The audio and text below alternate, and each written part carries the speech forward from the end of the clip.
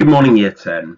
I thought just before we get into the crux of this lesson, it would be a good idea for you to pick a challenge based on your learning from the previous lesson. The one chili task is, can you remember 3 successes the League of Nations had?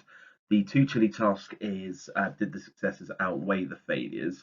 Explain why. And the 3 chili task is to answer the question as to what is happening in the picture up there at the top. I'll also make sure there's a bigger picture on the subsequent slide, and what questions you have about it. It's so you can either all you have to do is pick one of those tasks. If you really want to stretch and challenge yourself, you can try to do all 3 depending on what your time constraints are like and what your schedule is like. Then once you've done that, we get into the crux of today's lesson. What were the successes and failures of the Treaty of Locarno? And we want to know some of the terms of the Treaty of Locarno to understand where the Treaty of Locarno was successful and where it failed to create peace, and just overall evaluate the treaty. Now, you may have heard the Treaty of Locarno might be familiar or vaguely familiar to you. We referred to it in our previous lessons learning, and it's also been touched upon in our Germany 1890 to 1945 unit if you remember, back a few months ago.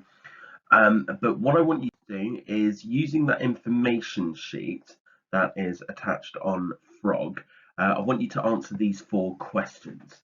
There is also a challenge task to draw a picture that summarises the significance of this treaty.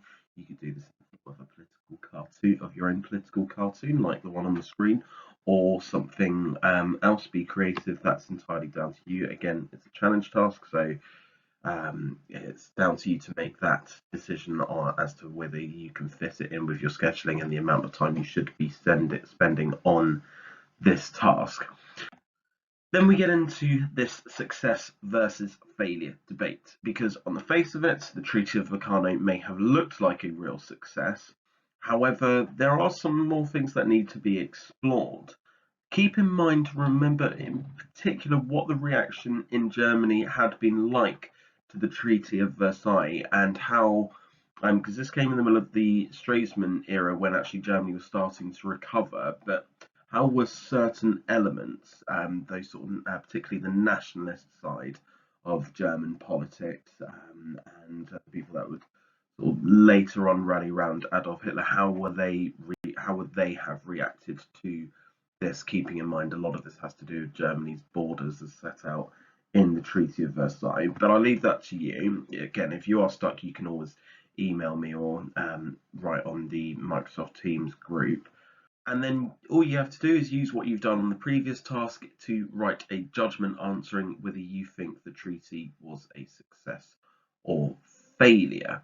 So if you're stuck, remember, email me, put something on the Frogs team, on the Microsoft Teams group even, and submitting your work either on Frog or to me via email. If you've done it on a word processor, just send it through as an attachment.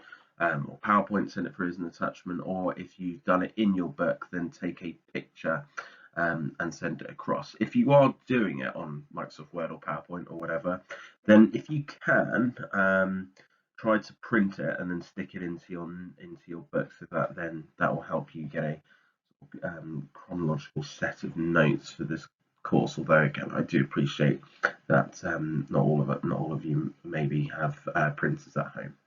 Okay. So I'll let you get on with it. Any questions, just contact me.